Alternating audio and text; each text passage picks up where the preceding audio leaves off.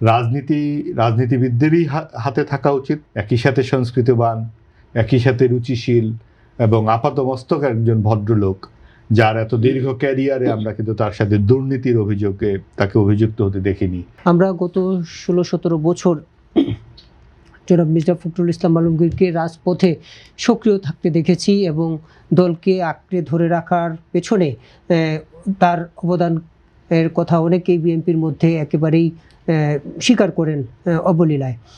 তিনি যখন রাষ্ট্রপতি হয়ে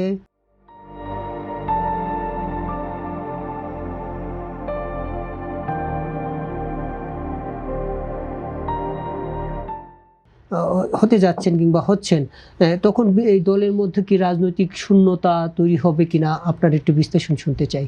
জি, ধন্যবাদ, শুভেচ্ছা সবাইকে।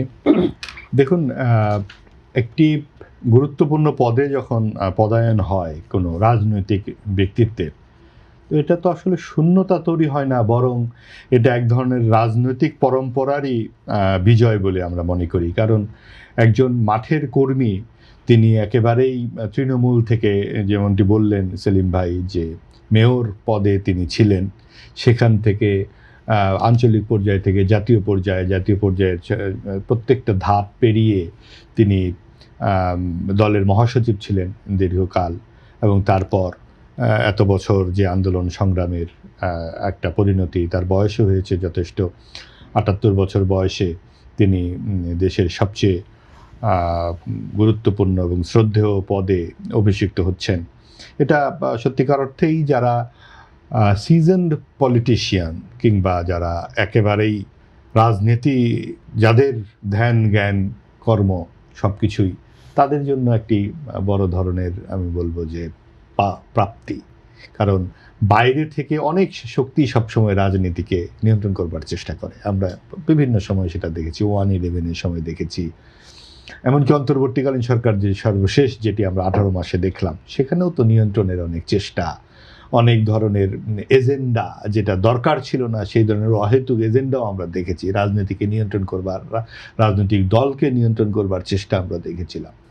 তো সেই জায়গা থেকে দেশের মানুষ যেহেতু বিএনপিকে 2/3 ভোটে ভোট দিয়েছে, এবং তার যে একটা দায়িত্ববোধ বিএনপির রয়েছে, এবং সেখান থেকে তারা একজন রাজনৈতিক কর্মীকে, তাদেরই দলের দীর্ঘকালের রাজনৈতিক কর্মীকে এই পদে অভিষিক্ত করে আসলে যথার্থই একটি গুরুত্বপূর্ণ কাজ করেছেন বলে আমরা মনে করি।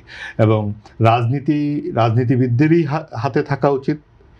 রাজনীতি আসলেই এরকম ধাপে ধাপে ধাপে ধাপে শীর্ষে উঠবারই একটি ক্রমচিহ্ন হওয়া উচিত।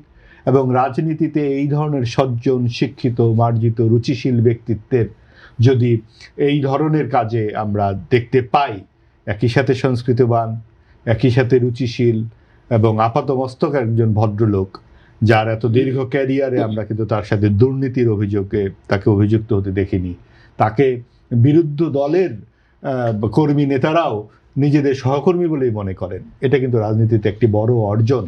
আমাদের যে অসহিষ্ণু সমাজ, যে দ্বিধাবিভক্ত অন্তর্ভুক্তিহীন সমাজে এই ধরনের ব্যক্তিত্ব আসলেই আমাদের অনুকরণীয় দৃষ্টান্ত।